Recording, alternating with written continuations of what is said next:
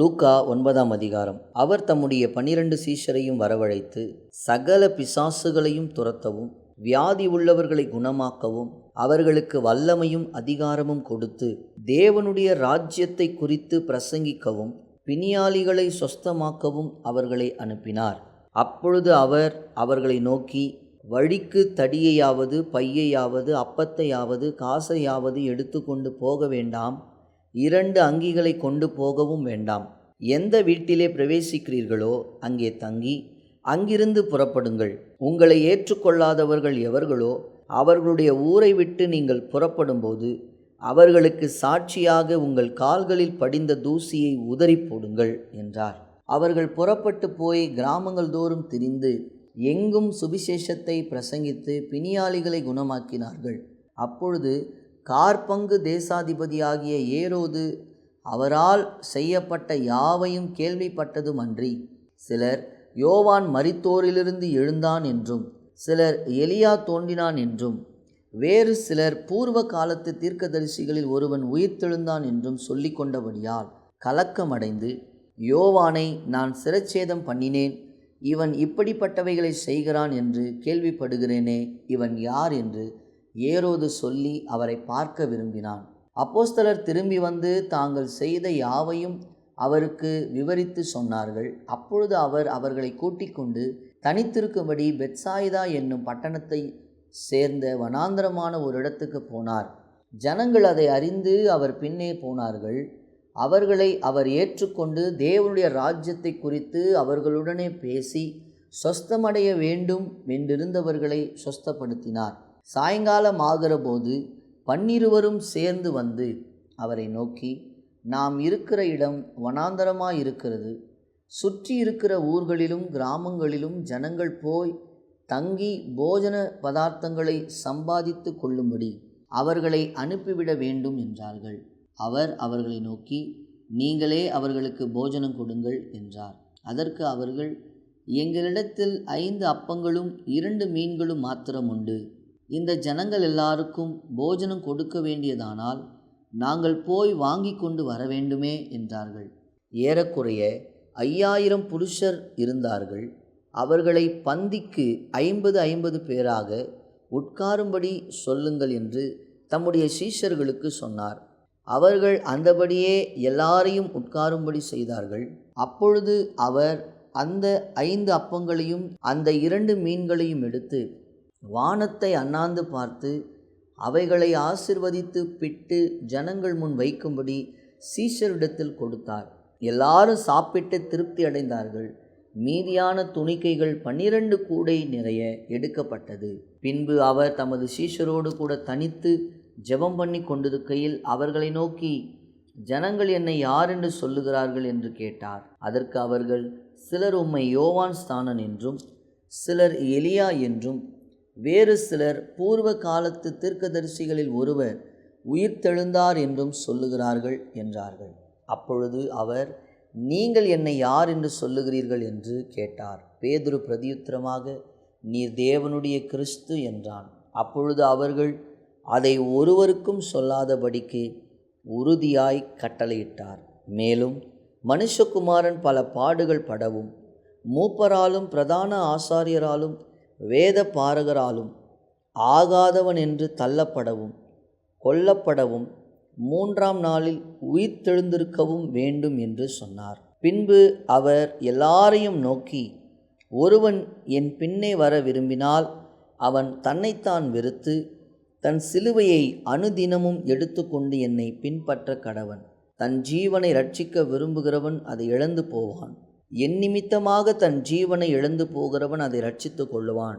மனுஷன் உலகம் முழுவதையும் ஆதாயப்படுத்தி கொண்டாலும் தன்னைத்தான் கெடுத்து நஷ்டப்படுத்தினால் அவனுக்கு லாபம் என்ன? என்னை குறித்தும் என் வார்த்தைகளை குறித்தும் எவன் வெட்கப்படுகிறானோ அவனை குறித்து மனுஷகுமாரனும் தம்முடைய மகிமையோடும் பிதாவின் மகிமையோடும் பரிசுத்த தூதர்களின் மகிமையோடும் வரும்போது வெட்கப்படுவார். இங்கே நிற்கிறவர்களில் சிலர் தேவனுடைய ராஜ்யத்தை காணும் முன் மரணத்தை ருசி பார்ப்பதில்லை என்று மெய்யாகவே உங்களுக்கு சொல்லுகிறேன் என்றார். இந்த வார்த்தைகளை அவர் சொல்லி ஏறக்குறைய 8 நாளான பின்பு அவர் பேதுருவையும் யோவானையும் யாக்கோபையும் கூட்டிக் கொண்டு ஜெபம் பண்ணுகிறதற்கு ஒரு மலையின் மேல் ஏறினார். அவர் ஜெபம் பண்ணுகையில் அவருடைய முகரூபம் மாறிற்று, அவருடைய வஸ்திரம் வெண்மையாகி பிரகாசித்தது.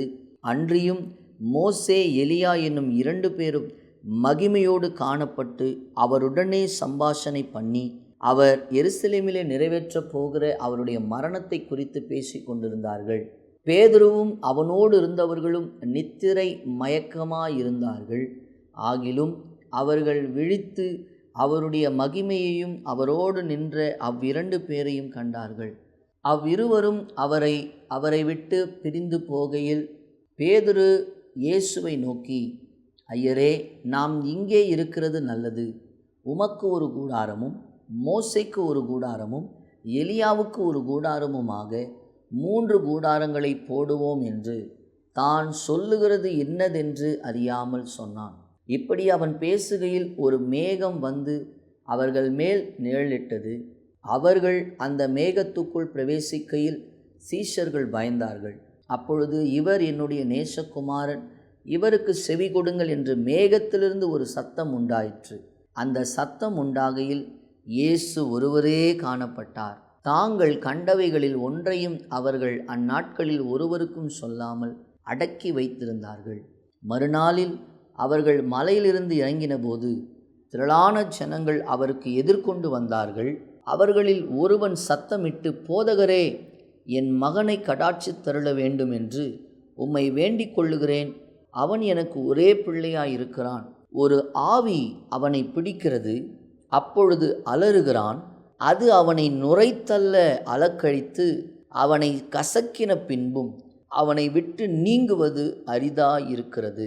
அதை துரத்தி விடும்படி உம்முடைய சீஷரை வேண்டிக் கொண்டேன், அவர்களால் கூடாமற் போயிற்று என்றான். இயேசு பிரதியுத்தரமாக, விசுவாசம் இல்லாத மாறுபாடான சந்ததியே, எதுவரைக்கும் நான் உங்களோடு இருந்து உங்களிடத்தில் பொறுமையாயிருப்பேன்? உன் மகனை இங்கே கொண்டு வா என்றார். அவன் சமீபித்து வருகையில் பிசாசு அவனை கீழே தள்ளி அலக்களித்தது. இயேசு அந்த அசுத்த ஆவியை அதட்டி இளைஞனை குணமாக்கி அவன் தகப்பனிடத்தில் அவனை ஒப்பு கொடுத்தார். அப்பொழுது எல்லாரும் தேவனுடைய மகத்துவத்தை குறித்து பிரமித்தார்கள். இயேசு செய்த யாவையும் குறித்து அனைவரும் ஆச்சரியப்படுகையில் அவர் தம்முடைய சீஷர்களை நோக்கி, நீங்கள் இந்த வார்த்தைகளை கவனமாய் கேளுங்கள்.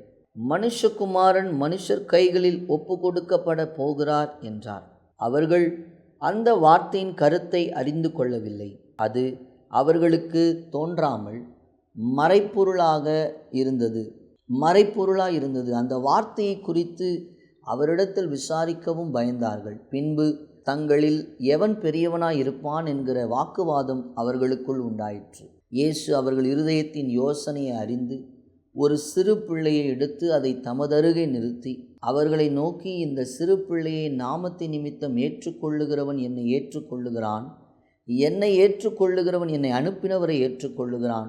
உங்கள் எல்லாருக்குள்ளும் எவன் சிறியவனாய் இருக்கிறானோ அவனே பெரியவனாய் இருப்பான் என்றார். அப்பொழுது யோவான் அவரை நோக்கி, ஐயரே, ஒருவன் உம்முடைய நாமத்தினாலே பிசாசுகளை துரத்துகிறதை நாங்கள் கண்டு அவன் எங்களுடனே கூட உம்மை பின்பற்றாதவனானபடியால் அவனை தடுத்தோம் என்றான். அதற்கு இயேசு, தடுக்க வேண்டாம், நமக்கு விரோதியாயிராதவன் நமது பட்சத்தில் இருக்கிறான் என்றார். பின்பு அவர் எடுத்துக்கொள்ளப்படும் நாட்கள் சமீபித்த போது அவர் எருசலேமுக்கு போக தமது முகத்தை திருப்பி தமக்கு முன்னாக தூதர்களை அனுப்பினார். அவர்கள் போய் அவருக்கு இடத்தை ஆயத்தம் பண்ணும்படி சமாரியருடைய ஒரு கிராமத்திலே பிரவேசித்தார்கள். அவர் எருசலேமுக்கு போக நோக்கமாயிருந்தபடியினால் அவ்வூரார் அவரை ஏற்றுக்கொள்ளவில்லை. அவருடைய சீஷராகிய யாக்கோபும் யோவானும் அதை கண்டபோது, ஆண்டவரே, எலியா செய்தது போல வானத்திலிருந்து அக்கினி இறங்கி இவர்களை அழிக்கும்படி நாங்கள் கட்டளையிட உமக்கு சித்தமா என்று கேட்டார்கள். அவர் திரும்பி பார்த்து, நீங்கள் என்ன ஆவி உள்ளவர்கள் என்பதை அறியீர்கள் என்று அதட்டி, மனுஷகுமாரன் மனுஷருடைய ஜீவனை அழிக்கிறதற்கு அல்ல, ரட்சிக்கிறதற்கே வந்தார் என்றார். அதன் பின்பு அவர்கள் வேறொரு கிராமத்துக்கு போனார்கள். அவர்கள் வழியிலே போகையில் ஒருவன் அவரை நோக்கி, ஆண்டவரே, நீர் எங்கே போனாலும் உம்மை பின்பற்றி வருவேன் என்றான். அதற்கு இயேசு, நரிகளுக்கு குழிகளும் ஆகாயத்து பறவைகளுக்கு கூடுகளும் உண்டு, மனுஷகுமாரனுக்கோ தலை சாய்க்க இடமில்லை என்றார். வேறொருவனை அவர் நோக்கி, என்னை பின்பற்றி வா என்றார். அதற்கு அவன், ஆண்டவரே, முன்பு நான் போய் என் தகப்பனை அடக்கம் பண்ண எனக்கு உத்தரவு கொடுக்க வேண்டும் என்றான். அதற்கு இயேசு, மரித்தோர் தங்கள் மரித்தோரை அடக்கம் பண்ணட்டும், நீ போய் தேவனுடைய ராஜ்யத்தை குறித்து பிரசங்கி என்றார். பின்பு வேறொருவன் அவரை நோக்கி, ஆண்டவரே, உம்மை பின்பற்றுவேன், ஆனாலும் முன்பு நான் போய் வீட்டில் இருக்கிறவர்களிடத்தில் அனுப்புவித்து கொண்டு வரும்படி எனக்கு உத்தரவு கொடுக்க வேண்டும் என்றான். அதற்கு இயேசு, கலப்பையின் மேல் தன் கையை வைத்து பின்னிட்டு பார்க்கிற எவனும் தேவனுடைய ராஜ்யத்துக்கு தகுதி உள்ளவன் அல்ல என்றார். லூக்கா 10ஆம் அதிகாரம். இவைகளுக்கு பின்பு கர்த்தர் வேறொரு 70 பேரை நியமித்து தாம் போகும் சகல பட்டணங்களுக்கும் இடங்களுக்கும் அவர்களை தமக்கு முன்னே 2 பேராக அனுப்பினார். அப்பொழுது அவர் அவர்களை நோக்கி, அறுப்பு மிகுதி, வேலையாட்களோ கொஞ்சம். ஆகையால் அறுப்புக்கு எஜமான் தமது அறுப்புக்கு வேலையாட்களை அனுப்பும்படி அவரை வேண்டிக் கொள்ளுங்கள். புறப்பட்டு போங்கள். ஆட்டுக்குட்டிகளை ஓநாய்களுக்குள்ளே அனுப்புகிறது போல இதோ நான் உங்களை அனுப்புகிறேன். பணப்பையையும் சாமான் பையையும் பாதரட்சைகளையும் கொண்டு போக வேண்டாம். ஒருவரையும் வினவவும் வேண்டாம். ஒரு வீட்டில் பிரவேசிக்கிற போது, இந்த வீட்டுக்கு சமாதானம் உண்டாவதாக வென்று முதலாவது சொல்லுங்கள். சமாதான பாத்திரன் அங்கே இருந்தால் நீங்கள் கூறின சமாதானம் அவனிடத்தில் தங்கும். இல்லாதிருந்தால் அது உங்களிடத்திற்கு திரும்பி வரும். அந்த வீட்டிலே தானே நீங்கள் தங்கியிருந்து அவர்கள் கொடுக்கிறவைகளை புசித்து குடியுங்கள். வேலையால் தன் கூலிக்கு பாத்திரனாய் இருக்கிறான். வீட்டுக்கு வீடு போகாதிருங்கள். ஒரு பட்டணத்தில் நீங்கள் பிரவேசிக்கிற பொழுது ஜனங்கள் உங்களை ஏற்றுக்கொண்டால் அவர்கள் உங்கள் முன் வைக்கிறவைகளை நீங்கள் புசித்து அவ்விடத்தில் உள்ள பிணியாளிகளை சொஸ்தமாக்கி, தேவனுடைய ராஜ்யம் உங்களுக்கு சமீபமாய் வந்திருக்கிறது என்று அவர்களுக்கு சொல்லுங்கள். யாதொரு பட்டணத்தில் நீங்கள் பிரவேசிக்கிற பொழுது ஜனங்கள் உங்களை ஏற்றுக்கொள்ளாவிட்டால் அதன் வீதிகளிலே நீங்கள் போய், எங்களில் ஒட்டின உங்கள் பட்டணத்தின் தூசியையும் உங்களுக்கு விரோதமாய் துடைத்து போடுகிறோம், ஆயினும் தேவனுடைய ராஜ்யம் உங்களுக்கு சமீபமாய் வந்திருக்கிறது என்பதை அறிந்து கொள்ளுவீர்களாக என்று சொல்லுங்கள். அந்த பட்டணத்திற்கு நேரிடுவதை பார்க்கிலும் அந்த நாளிலே சோதோம் நாட்டிற்கு நேரிடுவது லகுவாயிருக்கும் என்று உங்களுக்கு சொல்லுகிறேன். கோராசீன் பட்டணமே உனக்கு ஐயோ! பெத்சாயிதா பட்டணமே உனக்கு ஐயோ! உங்களில் செய்யப்பட்ட பலத்த செய்கைகள் தீருவிலும் சீதோனிலும் செய்யப்பட்டிருந்ததானால் அப்பொழுதே ரட்டுடுத்தி சாம்பலில் உட்கார்ந்து மனம் திரும்பியிருப்பார்கள். நியாய தீர்ப்பு நாளில் உங்களுக்கு நேரிடுவதை பார்க்கிலும் தீருவுக்கும் சீதோனுக்கும் நேரிடுவது லகுவாயிருக்கும். வான பரியந்தம் உயர்த்தப்பட்ட கப்பர் நகுமே, நீ பாதாள பரியந்தம் தாழ்த்தப்படுவாய் என்று சொல்லி சீஷரை நோக்கி, உங்களுக்கு செவி கொடுக்கிறவன் எனக்கு செவி கொடுக்கிறான், உங்களை அசட்டை பண்ணுகிறவன் என்னை அசட்டை பண்ணுகிறான், என்னை அசட்டை பண்ணுகிறவன் என்னை அனுப்பினவரை அசட்டை பண்ணுகிறான் என்றார். பின்பு அந்த 70 பேரும் சந்தோஷத்தோடே திரும்பி வந்து, ஆண்டவரே, உம்முடைய நாமத்தினாலே பிசாசுகளும் எங்களுக்கு கீழ்ப்படுகிறது என்றார்கள். அவர்களை அவர் நோக்கி, சாத்தான் மின்னலைப் போல வானத்திலிருந்து விழுகிறதை கண்டேன். இதோ சர்ப்பங்களையும் தேள்களையும் மிதிக்கவும் சத்துருவினுடைய சகல வல்லமையையும் மேற்கொள்ளவும் உங்களுக்கு அதிகாரம் கொடுக்கிறேன். ஒன்றும் உங்களை சேதப்படுத்த மாட்டாது. ஆகிலும் ஆவிகள் உங்களுக்கு கீழ்ப்படுகிறதற்காக நீங்கள் சந்தோஷப்படாமல் உங்கள் நாமங்கள் பரலோகத்தில் எழுதியிருக்கிறதற்காக சந்தோஷப்படுங்கள் என்றார். அந்த வேளையில் இயேசு ஆவியிலே களிகூர்ந்து, பிதாவே, வானத்துக்கும் பூமிக்கும் ஆண்டவரே, இவைகளை நீர் ஞானிகளுக்கும் கல்விமான்களுக்கும் மறைத்து பாலகருக்கு வெளிப்படுத்தினபடியால் உம்மை ஸ்தோத்தரிக்கிறேன். ஆம் பிதாவே, இப்படி செய்வது உம்முடைய திருவுளத்துக்கு பிரியமாயிருந்தது. சகலமும் என் பிதாவினால் எனக்கு ஒப்பு கொடுக்கப்பட்டிருக்கிறது. பிதா தவிர வேறு ஒருவனும் குமாரன் இன்னார் என்று அறியான். குமாரன் அவரை எவனுக்கு வெளிப்படுத்த சித்தமாக இருக்கிறாரோ அவனும் தவிர வேறு ஒருவனும் பிதா இன்னார் என்று அறியான் என்றார். பின்பு தமது சீஷரிடத்தில் திரும்பி தனித்து அவர்களை நோக்கி, நீங்கள் காண்கிறவைகளை காணும் கண்கள் பாக்கியமுள்ளவைகள். அநேக தீர்க்கதரிசிகளும் ராஜாக்களும் நீங்கள் காண்கிறவைகளை காணவும் நீங்கள் கேட்கிறவைகளை கேட்கவும் விரும்பியும் காணாமலும் கேளாமலும் போனார்கள் என்று உங்களுக்கு சொல்லுகிறேன் என்றார். அப்பொழுது நியாய சாஸ்திரி ஒருவன் எழுந்திருந்து அவரை சோதிக்கும்படி, போதகரே, நித்திய ஜீவனை சுதந்தரித்து கொள்ளும்படிக்கு நான் என்ன செய்ய வேண்டும் என்று கேட்டான். அதற்கு அவர், நியாயப்பிரமாணத்தில் என்ன எழுதியிருக்கிறது? நீ வாசித்திருக்கிறது என்ன என்றார்.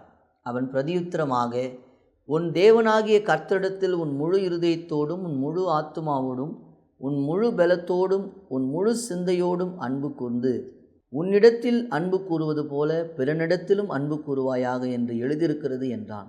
அவர் அவனை நோக்கி, நிதானமாய் உத்தரவு சொன்னாய், அப்படியே செய், அப்பொழுது பிழைப்பாய் என்றார். அவன் தன்னை நீதிமான் என்று காண்பிக்க மனதாய் இயேசுவை நோக்கி, எனக்கு பிறன் யார் என்று கேட்டான். இயேசு பிரதியுத்தரமாக, ஒரு மனுஷன் எருசலேமிலிருந்து எரிகோவுக்கு போகையில் கள்ளர் கையில் அகப்பட்டான். அவர்கள் அவன் வஸ்திரங்களை உரிந்து கொண்டு அவனை காயப்படுத்தி குற்றுயிராக விட்டு போனார்கள். அப்பொழுது தற்செயலாய் ஒரு ஆசாரியன் அந்த வழியே வந்து அவனை கண்டு பக்கமாய் விலகி போனான். அந்தபடியே ஒரு லேவியனும் அந்த இடத்துக்கு வந்து அவனை கண்டு பக்கமாய் விலகி போனான். பின்பு சமாரியன் ஒருவன் பிரயாணமாய் வருகையில் அவனை கண்டு மனதுருகி கிட்ட வந்து அவனுடைய காயங்களில் எண்ணெயையும் திராட்சரசமும் வார்த்து காயங்களை கட்டி அவனை தன் சுய வாகனத்தின் மேல் ஏற்றி சத்திரத்துக்கு கொண்டு போய் அவனை பராமரித்தான். மறுநாளிலே தான் புறப்படும்போது 2 பணத்தை எடுத்து சத்திரத்தான் கையில் கொடுத்து, நீ இவனை விசாரித்துக்கொள், அதிகமாய் ஏதாகிலும் இவனுக்கு செலவழித்தால் நான் திரும்பி வரும்போது அதை உனக்கு தருவேன் என்றான். இப்படி இருக்க கள்ளர் கையில் அகப்பட்டவனுக்கு இந்த 3 பேரில் எவன் பிறனாயிருந்தான்? உனக்கு எப்படி தோன்றுகிறது என்றார். அதற்கு அவன், அவனுக்கு இரக்கஞ் செய்தவனே என்றான். அப்பொழுது இயேசு அவனை நோக்கி, நீயும் போய் அந்தபடியே செய் என்றார். பின்பு அவர்கள் பிரயாணமாய் போகையில் அவர் ஒரு கிராமத்தில் பிரவேசித்தார். அங்கே மார்த்தாள் என்னும் பேர் கொண்ட ஒரு ஸ்திரீ அவரை தன் வீட்டிலே ஏற்றுக்கொண்டாள். அவளுக்கு மரியாள் என்னப்பட்ட ஒரு சகோதரி இருந்தாள். அவள் இயேசுவின் பாதத்தருகே உட்கார்ந்து அவருடைய வசனத்தை கேட்டுக்கொண்டிருந்தாள்.